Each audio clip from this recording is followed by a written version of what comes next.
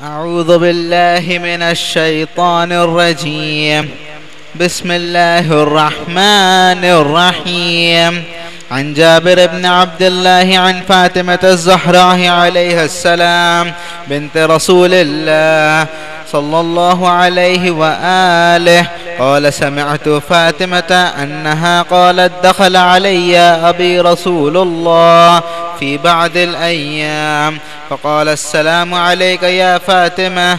فقلت: عليك السلام. قال: إني أجد في بدني زعفا. فقلت له: أعيذك بالله يا أبتا من الزعف. فقال: يا فاطمة ائتيني بالكساء اليماني فغطيني به. فأتيته بالكساء اليماني فغطيته به فصرت أنظر إليه وإذا وجهه يتلألأ كأنه البدر في ليلة تمامه وكماله. اللهم صل على محمد وآل محمد. فما كانت إلا ساعة وإذا بولدي الحسن عليه السلام قد أقبل وقال: السلام عليك يا أماه. فقلت: وعليك السلام يا قرة عيني وثمرة فؤادي. فقال: يا أماه إني أشم عندك رائحة طيبة كأنها رائحة جدي رسول الله صلى الله عليه وآله.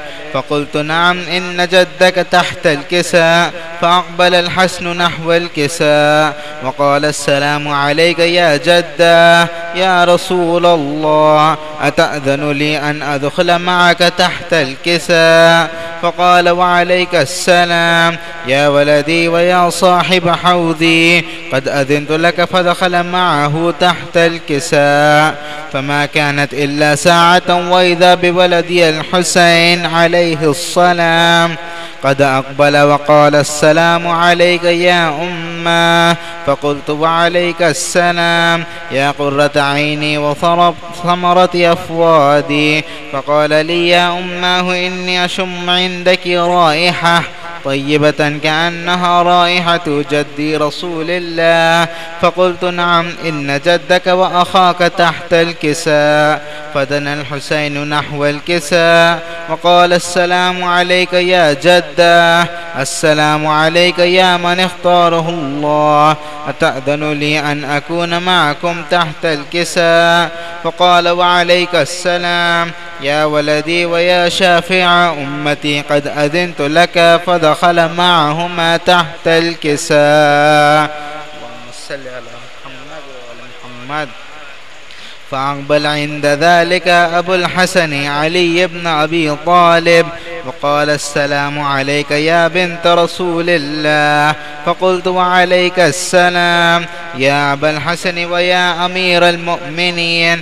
وقال: يا فاطمة إني أشم عندك رائحة طيبة كأنها رائحة أخي وابن عم رسول الله. فقلت: نعم ها هو مع ولديك تحت الكساء. فأقبل علي نحو الكساء وقال: السلام عليك يا رسول الله، أتأذنني أن أكون معكم تحت الكساء؟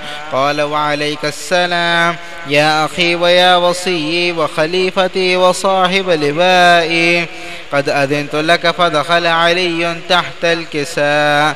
ثم أتيت نحو الكساء وقلت: السلام عليك يا أبتاه يا رسول الله، أتأذن لي أن أكون معكم تحت الكساء؟ قال: وعليك السلام يا بنتي ويا بضعتي، قد أذنت لك. فدخلت تحت الكساء. فلما اكتملنا جميعا تحت الكساء أخذ أبي رسول الله بطرفي الكساء وأومأ بيده اليمنى إلى السماء وقال: اللهم إن هؤلاء أهل البيت وخاصتي وحامة، لحمهم لحمي ودمهم دمي، يؤلمني ما يؤلمهم ويحزنني ما يحزنهم. أنا هرب لمن حاربهم وسلم لمن سالمهم وعدو لمن عاداهم ومحب لمن أحبهم. إنهم مني وأنا منهم. فاجعل صلواتك وبركاتك ورحمتك وغفرانك ورضوانك علي وعليهم، وأذهب عنهم الرجس وطهرهم تطهيرا.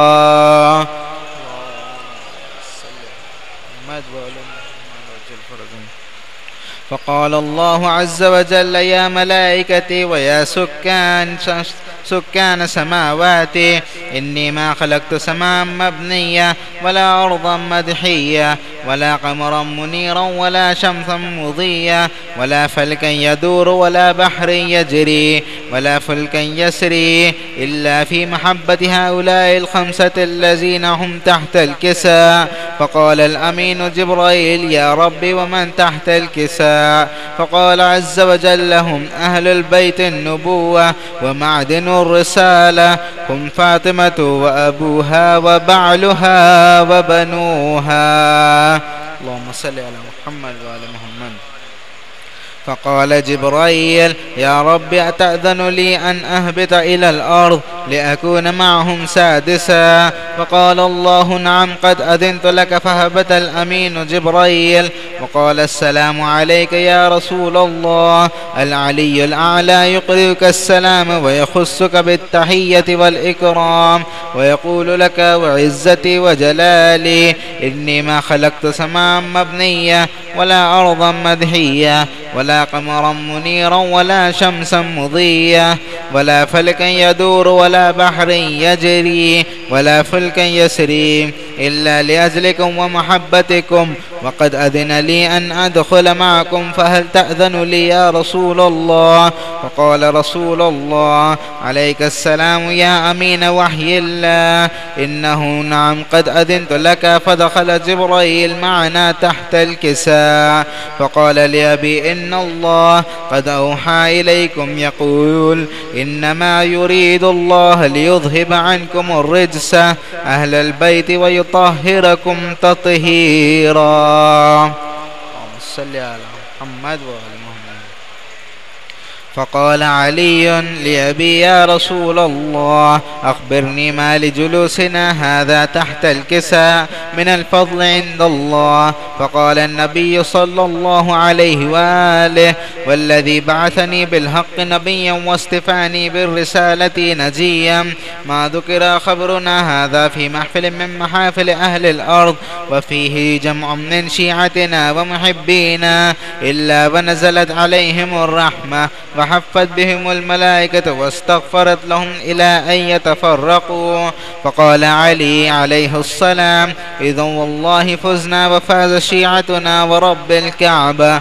فقال أبي رسول الله صلى الله عليه وآله: يا علي والذي بعثني بالحق نبيا واستفاني بالرسالة نجيا، ما ذكر خبرنا هذا في محفل من محافل أهل الأرض وفيه جمع من شيعتنا ومحبينا وفيهم محموم إلا وفرج الله همه ولا مغموم إلا وكشف الله غمه ولا طالب حاجة إلا وقضى الله حاجته. فقال علي عليه السلام: إذن والله فزنا وسعدنا، وكذلك شيعتنا فازوا وسعدوا في الدنيا والآخرة ورب الكعبة. اللهم